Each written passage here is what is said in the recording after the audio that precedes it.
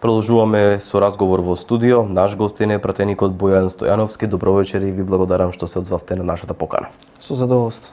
Бојан, ќе започнеме со она што го гледавме изминатите недели на улиците. Дел од синдикатите се незадоволни, велат дека власта не ги слуша нивните барања. Зошто можеби власта не зема некоја активна улога во овие преговори?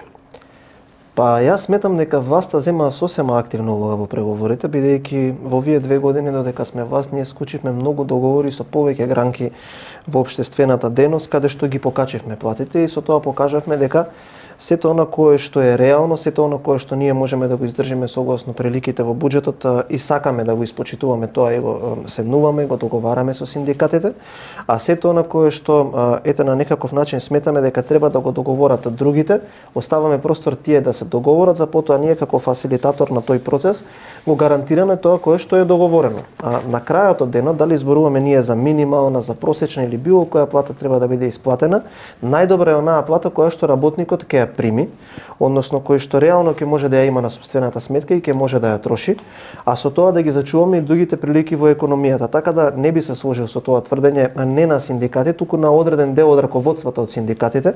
Ете ја користам и оваа прилика, како и сите прилики досега, да ги повикам уште еднаш да седнат на економско-социјалниот совет со работодавачите, да договорат ете износ на минимална плата кој што е прифатлив и за едните и за другите, а ние како власт ќе ги прифатиме, ќе го прифатиме сето тоа кое што тие ќе го договорат, бидејќи сме кажале неколку пати. Бројот на работници кои што примаат минимална плата во државната управа е минимален. На нас ни одговара што е можно повисока минимална плата, бидејќи на тој начин тие приходи ќе дојдат кај нас во буџетот, но сметаме дека тоа треба да го договорат тие кои што треба да ја примат таа плата и тие кои што треба да ја исплатат во случај. Сега пак од друга страна има критики дека ги поддржувате ставовите на коморите. Го слушнавме и тоа и повторно ќе кажам, тоа е едно раководство на еден синдикат кој што тоа го зборува. Јас не гледам како би ги поддржале ние коморите, кога ете склучивме колективни договори со 100% од вработените во државната управа. Сметаме дека тоа е нешто кое што во насока можеби и не се совпаѓа во собарањата на коморите. Ние ги поддржуваме работниците на тој начин, но ги поддржуваме работниците во приватниот сектор со што даваме можност за користење на 250 милиони евра со една рамка на услови која што досега е невидена во Република Македонија и на тој начин сакаме да ги поттикнеме да имаат што е можно повисока продуктивност за да може да дадат што е можно повисоки плати. Така да апсолутно ние не застануваме на страната на никого, застануваме на страната на граѓаните за кои што викаме дека треба да добијат плата која што треба да ја примат и да биде реална, а за тоа треба да бидат испочитувани сите прилики. Така да ако треба да избереме страна, ние секогаш сме застанувале на страна на граѓанинот. Иако имаме стабилизација на инфлацијата, што е многу важно за разлика од периодот од последните, да речеме, 5 години, особено после COVID-19, но имате ли вие впечаток дека некако цените на основните барем производи се зголемуваат во овој период, додека пак минималната плата останува во место? Точно е и ние го споделуваме тој впечаток. Се обидовме до сега неколку пати тоа да го запреме. И имавме и мерки, но потоа свативме дека секогаш кога тие мерки ќе бидат на сила даваат резултати, но потоа на КМРВ конкретно ние имавме мерки од прилика 3 месеци кои што траја. Да, кога беа ограничувани цени во маркети. Тоа беше еден комплексен модел каде што беа ограничени маржи, потршувачки кошнички беа организирани. Но потоа свативме дека во останатите 9 месеци трговците ги нивелираат цените, ги покачуваат и на крај граѓаните исто плаќаат. И сакавме тоа да го надминеме.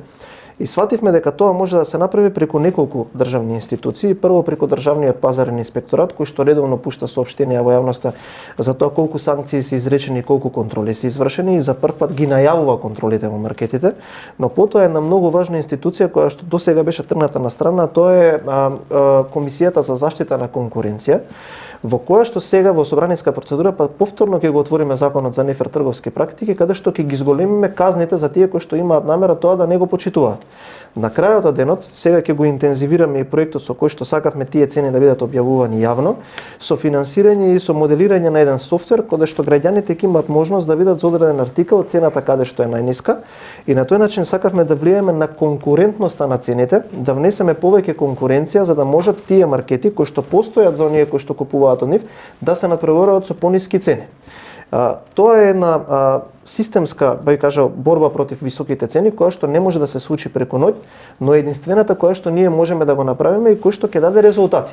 Се друго видовме дека дава моментални резултати, но на долг рок тие цени се нивелираат. Но знаете како, тоа е нешто кое што е резултат на повеќе нешта, но ние каква влада би биле ако би замолчувале или ако би замижувале пред тоа. Така да тоа е наш приоритет. Можеме да видиме дека во некое ниво тие цени на средно ниво се имаат стабилизирано, но секако еден од најсериозните предизвици на нашиот мандат, бидејќи вие можете да ги качите пензиите за 7.000 денари, да ги качувате платите, ако тие ја губат вредноста, тогаш вие не сте направиле ништо. Така да преку институциите на системот, Државниот пазарен инспекторат и Комисијата за заштита од конкуренција и понатака ќе продолжиме да ги атакуваме овие појави кои што се случуваат, кои што се особено негативни. Кога треба да биде готов тој софтвер и практично ќе ги собира од поголемите ланци на маркети, цените ќе се прави споредба? Не, знаете како ние сменивме закон со кој што дадовме обврска сите маркети јавно да ги објавуваат цените, но потоа тие сметаат дека ќе направат три како објават сложени Excel табели каде што имате сите cilјави да пронајде цената на производот. Ние направивме една анализа, за ова е вклучен директно и премиерот, каде што собравме неколку позитивни примери од Хрватска, Израел, Италија, Франција и така натаму, каде што видовме дека државата ќе финансира софтвер каде што овие податоци ќе ги собере и практично по локација на вашиот паметен уред ќе може да ви каже кои маркети се најблиску до вас и вие кога ќе внесете одреден производ кој што сакате да го купите, ќе ви ја даде најконкурентната цена. Бидејќи видите, ако сме пазарно ориентирано општество, а вие ако сакате да имате картелско здружување, тогаш државата има инструменти тоа да го сопре. Прво да ве казни, сега ако е казната на пример да речеме ете X парички, сега ќе направиме да биде Y, односно 10-кратно повеќе и плюс ќе направиме една одредба во законот да ви биде маркетот затворен, бидејќи вие сметате дека треба да ги изигрувате трговците. А второ, ќе внесеме една конкурентност помеѓу нив за да тие се надпреваруваат за купувачите. Бидејќи сега сметаат тие дека се многу лагодни и едноставно дека купувачите немаат избор. Ако купувачот ќе може преку својот паметен телефон да види по единица артикл која е најниската цена, можеби ќе се одлучи да направи микс од неколку маркети да купува таму каде што му е најевтино, тогаш маркетите ќе бидат приморани со цените да се борат за секој еден купувач. Тоа значи дека во тој случај ако се зголемат казните ќе се изолира оној случај дека на маркетот практично нема да му биде исплатливо да ја плати казната, а сепак да биде во профит. Точно, досега вие имате имавме такви случаи каде што маркетот окей, казната е 500 евра, но неговата добивка е 1500 евра сега лаички. Сега затоа ние ќе ги зголемиме за 10 пати казните во тие одредби, како и ќе воведеме одредба маркетот да ви биде затворен. Заради тоа што ако некој 2 години упорно апелира дека вие треба да ги цените оние од кои што постоите, тоа се граѓаните кои што купуваат од вас, а вие упорни сте и цело време создавате картелски здруженија, но тука да не забораваме, тука не се само трговците, тука се и производителите и добавувачите. Ајде да видиме апсолутно. Ајде да видиме која е влезната фактура кај тој што е добавувач и да видиме кои практики, изигрувајќи го законот за нефер трговски пракси, тие ги употребуваат како маркетирање, како услуги за консултантски услуги, односно наплата за консултантски услуги и веќе мислам дека трпението одамна е истечено и дека ние овие негативни пракси кога ќе ги нападнеме, очекуваме цените да бидат стабилизирани и да нема ценовни шокови во маркетите. Се враќаме на минималната плата, очекувано идеолошки, можеби социјалдемократите се очекуваше да поднесат едно такво предлог решение кој што вчера беше на пленарна седница во собранието, но како гледате на овој предлог? Реален е или пак гледавме само популизам од опозицијата? Па, ајде. Практично вие не гласавте, тоа да напоменам само. Така, ќе го поделам овој одговор на два степена. Првиот степен за Социјалдемократскиот сојуз од 15 пратеници колку што во моментов брои нивната пратеничка група. Тие имаат, се извинувам, двајца поранешни премиери, еден поранешен председател на собрание, еден поранешен вице-премиер за економски прашања и 9 поранешни министри. Никој од нив во овој 7-годишен мандат не направил вакво зголемување на платите и никој од нив, според моето мислење и според тоа кој што граѓаните го изразија на избори, нема кредибилитет да критикува и онака да збори како и да нуди вакви решенија. Ајде да збориме како дојдовме до бројката од 600 евра. СДСМ ја напушти власта кога барањето на ССМ беше 400 евра минимална плата која што СДСМ го одби. Значи ние не зборуваме за некој историско давнешно време, зборуваме за 2 години. 2,5 години. Потоа Трендафилов побара во првите 100 дена од кога ние ја формиравме владата, повикувајќи се на изјава што не постои, да биде 500, па 550, па сега 600 и сега на протестите даде изјава ако ова не го прифатите одиме на 700 евра. Факт е дека граѓаните имаат ниски плати и факт е дека треба да имаат повеќе плата. Но исто така е факт дека најдобрата плата е онаа која што ќе биде реално исплатена. Ако вие ја зголемите преку ноќ минималната плата за 61%, замислете, за 61%, тогаш се поставува прашањето дали таа реална минимална плата би било реално исплатена. Затоа ние велиме, нека седнат работниците и работодавачите и нека се договорат колку едните сметаат дека треба да добијат, а колку другите реално може да исплатат. Бидејќи ние не смееме да го крахираме системот. Ние вака велиме како влада. Ние имаме систем. Нашиот систем се рефлектира преку склучените колективни договори, но и тоа кое што ние го правиме за да им помогнеме на работниците да ги зголемат своите приходи, да го зајакнат својот стандард. Нашиот систем до сега функционира, беше тестиран на локалните избори, а за скоро ќе биде тестиран и на парламентарни избори, бидејќи 2 години сме до изборите кои што треба да се случат. Ако немаме предвремени парламентарни. Нема да имаме предвремени избори. И сега тоа е нашето тврдење и тоа е нашата политичка догма и економска филозофија која што ние кажуваме. Ќе се покачат сите плати, но ние мораме да внимаваме на економијата и колку таа може да го издржи, бидејќи верувале или не, во наредните 3 години ние треба да вратиме еден цел буџет, 6 милиарди евра долгови земени од претходната влада, како и граѓаните треба да знаат дека секое покачување на минималната плата повлекува нивелација и на другите плати, нешто кое што ние го заштитивме, а сега само сакаше да го избрише.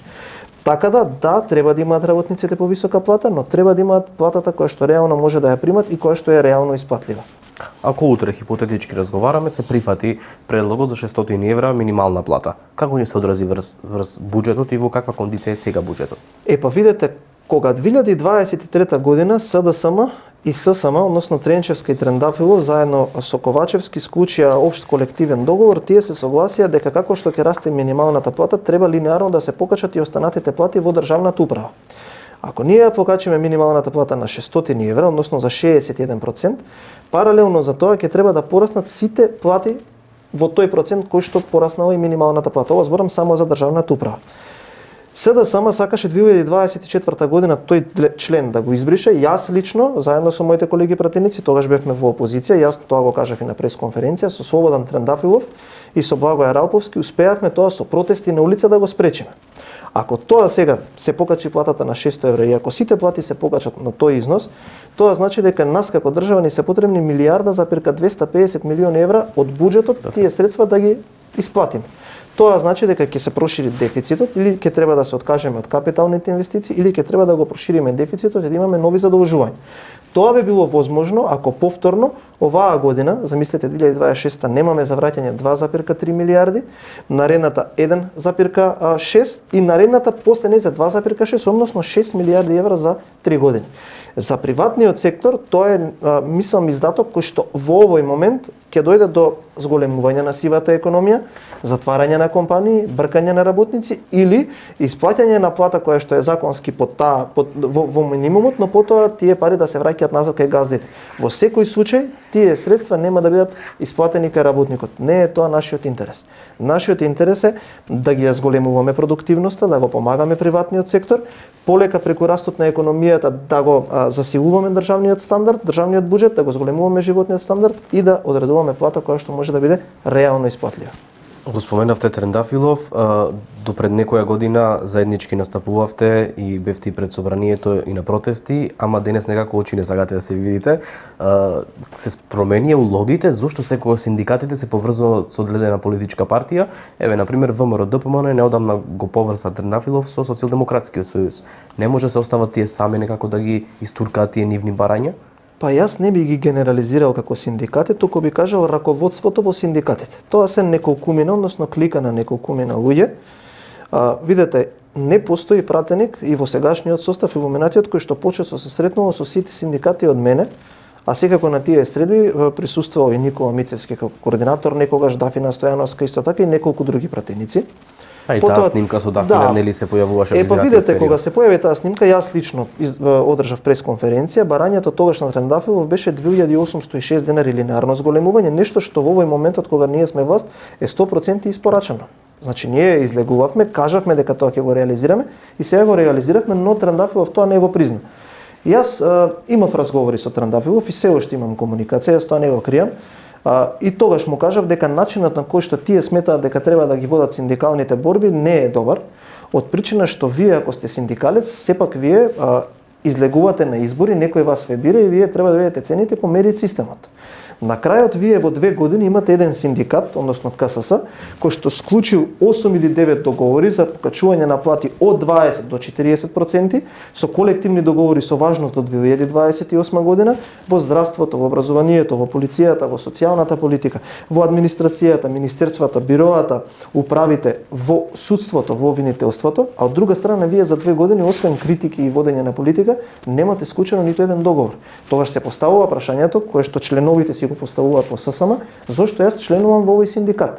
И ја лично сметам дека и Трендафилов и тие неколку мина околу него кои што јас сум седел со нив, сме разговарале, не водат мудра политика и се плашам дека синдикатот ССМ кој што е перцепиран како еден од најголемите синдикати во Република Македонија во наредниот период кога членовите ќе видат дека ова не води никаде, дека некој можеби наместо синдикални има политички амбиции, ќе почне да слабее со членството и ќе стане непрепознатлив во таа сфера на синдикални движења, бидејќи работниците ќе видат за 2 години овие склучуваат договори кои што се историски, а овие освен што критикуваат и се препукуваат со политичари немаат никакви резултати. Зошто сега предложивте токму сега намалување на платите на функционерите? Бидејќи по законот треба да се нивелираат согласно порастот на просечната исплатена плата за претходната година, заклучно со февруарската плата која што се исплаќа во март и практично во овој момент беше би кажал последниот законски рок кога ние требаше да ги намалиме платите на функционерите. Чекавме да излезе официјалниот податок од Државниот завод за статистика за просечната плата во 2025 година, биејќи претходната година заради одредено различно толкување на нас и на обвинителите, тие тоа законско решение го обжалија пред Уставниот суд и сега сакавме да бидеме сигурни дека бројката е таа, формулата е законска како се пресметува новиот коефициент и практично со таа формула која што е во законот дојдовме до оваа бројка во која што овој момент ќе треба да ја примат сите функционери. Она кое што е важно, по законот, ако не го сменевме сега законот, односно тие 6 закони, пакет на 6 закони, функционерите ќе добија повисока плата од 10 до 15.000 и кога ќе собереме за 2 години додека ВМРО-ДПМН е на власт со интервенција во законите во февруари претходната година и во оваа година, платите на функционерите се намалени за отприлика 500 евра, што значи дека во еден мандат од 4 години коефициентот ќе биде намален за да дојде на нивото пред тоа 78% покачување кое што го направи Уставниот суд. Ова е единствениот начин кој што е уставен. Секој друг начин е неуставен и ризикуваме да сме неискрени со граѓаните, да го смениме законот, па потоа Уставниот суд тоа да го обжали и да ризикуваме повторно да донесе одлука со која што ќе се качат за неколку десетици проценти платите на функционерите. Ние тоа не сакавме да дојдеме и затоа сметавме дека ова е правилен чекор кој што треба да го направиме. Ги разгледував резултатите од вчерашното гласање на пленарната седница во однос на законот за минимална плата предложена од СДСМ. Една пратеничка од ЗНАМ даде поддршка на законот. Пратеник, господинот Цеков, да. Да. Зошто? Па тој го образложи на комисијата, кажа дека смета дека е правилно и дека треба да се дискутира за таа тема. Јас почитувам различни ставови и сметам дека во демократијата не е ништо страшно ни внатре во партијата, некогаш и внатре во коалицијата да имаме различни ставови. Но знаете како, секогаш јас велам највистинската вистина е таа која што е на крајот од денот вистина. И не може да ја практицирате вие политиката обидувајќи се да правите трикови да не сте искрени во намерите. Така да, ако вие барате минималната плата да биде 600 евра, тогаш ако имате можност, ако сте приватен стопанственик, ако имате приватна компанија, докажете го тоа на дело. Почнете прво од вашата компанија, па потоа правете одредени, би кажал, движења кои што се во насока на популизам или некој да сака да испадне добар, додека другите не сакаат да разговараат. Но е негов демократски став, во ред, ние тоа го почитуваме како негово мислење. Сепак на крајот гласањето покажа нешто сосема друго и тоа е тоа. За денешната емисија се обидував да најдам пример кој што е примател на минимална плата, да зборува пред камера. Знаеме дека текстилната индустрија е една од најзагрозените. не толку лесно се впуштаат во да застанат пред камера и да зборуваат на темата, да кажат дека навистина е ниска минималната плата, треба да се зголеми, или пак во спротивно да каже дека е доволна минималната плата да се помине месецот. Од една страна се плашат, бидејќи потоа нели работодавците знаат и да ги санкционираат, но од друга страна се деновиве се соочив со еден различен став, кој што вели работник кој што зема минимална плата, но не сака да се снима пред камера, вели дека иако се зголеми минималната плата, тоа значи дека пак сепак тој би остал пријавен на минималец, но остатокот од платата би го земал како хонорар. Како да се надмине тој проблем со работодавците? Тоа е проблем кој што долги години постои и затоа велам и неколку пати Тоа наменски. го прават работодавците за да ги намалат приходите кои што се исплаќаат кон државата трошоците. Апсолутно, и затоа неколку пати наменски кажав дека најдобрата и најквалитетната плата е таа која што ќе биде реално исплатена. Ако ние влеземе во авантура во која што и затоа велиме ние на крајот од денот да се договорат работодавците и работниците, во авантура во која што законски ќе го кренеме максимумот, односно минимумот на минимална плата, тогаш ваквите случаи ќе станат све позастапени.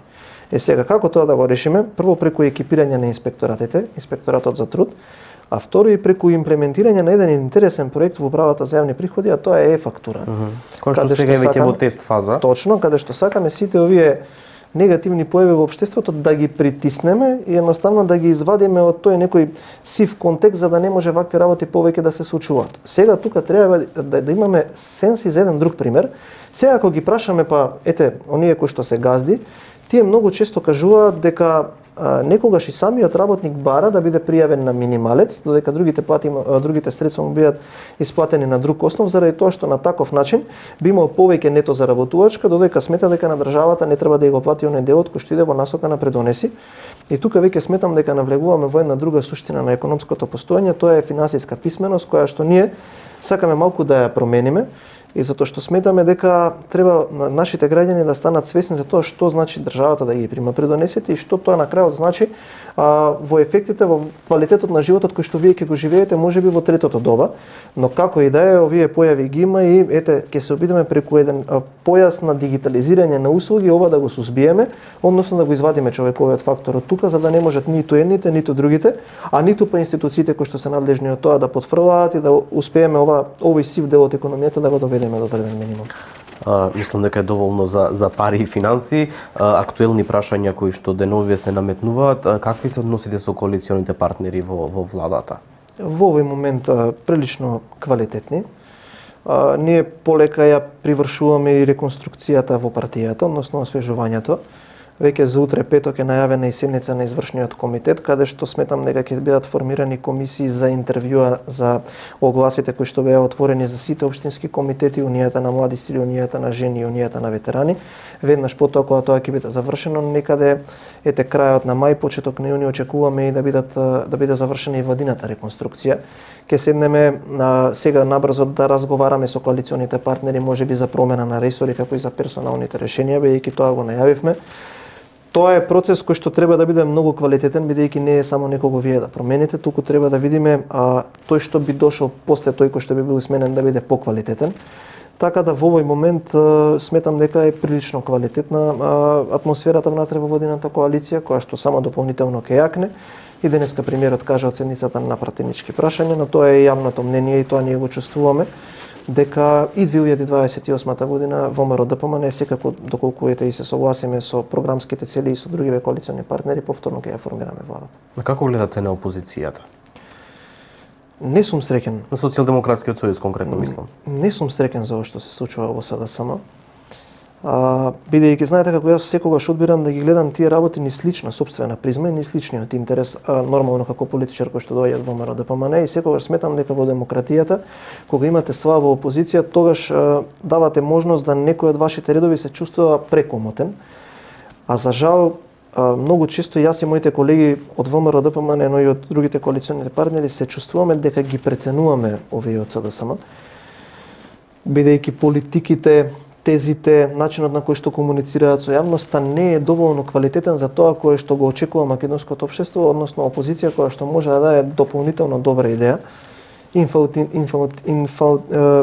инфантилни соопштенија, инфантилен начин на комуникација со јавноста, недоволно зрел, тези кои што се недоволно изработени, тези кои што не го поменуваат тестот на времето, и не можам да кажам дека некогаш големата СДСМ што ја гледам на ова ниво сум среќен, но тоа е нивна работа. Ако гледате вака, можеби во иднината 2 години, 3 години или до следните редовни парламентарни избори, како гледате на СДСМ? Па мислам дека ќе има помалку од 18 пратеници. За жал, бидејќи знаете како да завршите вие четврти во градот Скопје, да завршите вие трети во Република Македонија, да загубите во првиот круг во Куманово, да загубите во првиот круг во Струмица, да загубите во бастионите кои што тогаш биле познати дека имаат можеби лево расположение, дава на некаков начин силен сигнал за тоа каде ви се наоѓа вашата партија, бидејќи јас сум втор мандат пратеник, првиот мандат го поминав во опозиција, заедно со Мицкоски влегов во партијата во 2017 година, нели во тоа ново раководство, би кажал на некаков начин како претседател на општинскиот комитет, и знам што значи и колку треба вие да се потрудите за да изградите повторно една силна структура на која што граѓаните ќе ја дадат довербата. 2 години не се мал временски период. Да ги потсетам граѓаните, ние за 2 години победивме на претседателските избори во 2019 година во најголем дел од општините во Република Македонија. Тие локалните избори ги загубија на начин на кој што ги загубили, и сега да се случат некакви избори, СДСМ ќе има уште пожесток пораз од тие на локалните избори. Но имавте вие намалување на бројот на гласови, го гледаме како вкупен број на гласови на локалните избори. Што е нормално, бидејќи се локални избори и граѓаните не се толку мотивирани да излезат, но ние тоа не го ставивме на случајности да видиме да тоа е изговор, сепак мобилизационата желба на граѓаните не е доволно висока, туку се потрудивме да го најдеме одговорот зашто е тоа така. И сериозно многу внимание посветуваме на тоа. Сме правеле тестирање на јавното мислење и сме се фокусирале на деловите каде што граѓаните очекуваат од нас мало подобрување. Така да очекувам дека СДСМ ќе падне под 18 пратеници. За жал, можеби на сметка на партии кои што водат популистичка национална политика како што е ДУИ и Левица. Ја споменавте ДУИ, беше договорено враќањето на Артан Груби? Па знаете како тоа е толку дегутантно да се коментира. Во јавноста дури се појави сценарио дека токму поради тоа и Али Ахмети се појави на последната лидерска средба во клубот на пратеници. Па далеко е тоа од вистината, бидејќи ако некој имаше лајт мотив да настапи на избори да го испрати ДУИ во опозиција и Груби диде во затвор, тоа беше ВМРО ДПМН, не? Да, но Груби не е во затвор. Да, но е обезбеден пред лицето на правдата. Од аспект на извршна власт, вашата обврска е да го обезбедите, да го однесете пред правосудните органи. Ние го разбираме револтот на граѓаните и токму затоа од кога дојавме на вас се обидуваме да го исушиме тоа политичко, овинтелско, судско мочурище, да нема повеќе вакви срамни одлуки. И она кое што е важно, тој ќе се најде пред судот, ќе биде санкциониран и ќе одлежи затворската казна за која што е осомничен, но за која што и ќе покажеме во наредниот период и ние како собрание преку една собраниска седница, директни еклатантни докази како тој господин стоел позади криминалот случаен во лотарија на Република Македонија, зошто треба да се одлежи својата затворска казна. Од друга страна, сакам да отворам едно друго прашање во јавноста, кое што е особено важно. Јас чинам дека целата таа какафонија тој ден на СДСМ од утринската пресконференција па сето тоа кое што се случуваше до крајот на денот, додека не беше изречена таа судска одлука да дојде господинот во домашен притвор, сметам дека е одреден став, бидејќи тие стравуваат што тоа Груби ќе каже и кого све повеќе ќе инволвира во таа истрага, бидејќи сметам дека подопрен глас, можеби новиот обвинител, во кој што имам, или обвинителка, во кој што имам огромни очекувања, ќе може да го искористи како човек кој што знае многу информации за различни нивоа од власта и каде што ќе може да биде како спотер за отварање на други случаи, за кој што да бидем искрени, сметам дека јавноста ги знае, но до сега обвинителството молчеше и едноставно одлучи да не ги согледува за сторен криминал каде што се инволвирани и функционери од СДСМ. За крај споменавте дека во партијата влеговте со актуелниот премиер Христијан Мицкоски. Како без Мицкоски после 2 години, веќе најави дека се повлекува? Па тука само сакам да дојаснам. Вашиот план со... Јас сум активист во ВМРО ДПМН долги години, но сакав да кажам, влегов кога Мицкоски ја превзема во опозиција и знам како е да се изгради една таква структура. Како без Мицкоски после 2 години? Па знаете како, тоа е еден нов производ во македонската политичка култура, каде што некој кој што има апсолутна поддршка од граѓаните во моментот кога е политички најсилен го најавува своето повлекување. Добро, Заев го направи тоа на локалните избори, кога Откако Петар ги Шилегов го загуби. Откако ги град загуби, Скопје. но Мицкоски на победени избори, на апсолутна власт и со рейтинг како што го има ВМРО да помане и тој лично, кажа дека после 4 години ќе се повлече. Јас лично, ако ме прашате за моето лично мислење, одбивам да размислувам толку далеку. Но нема и право на реизбор во партијата.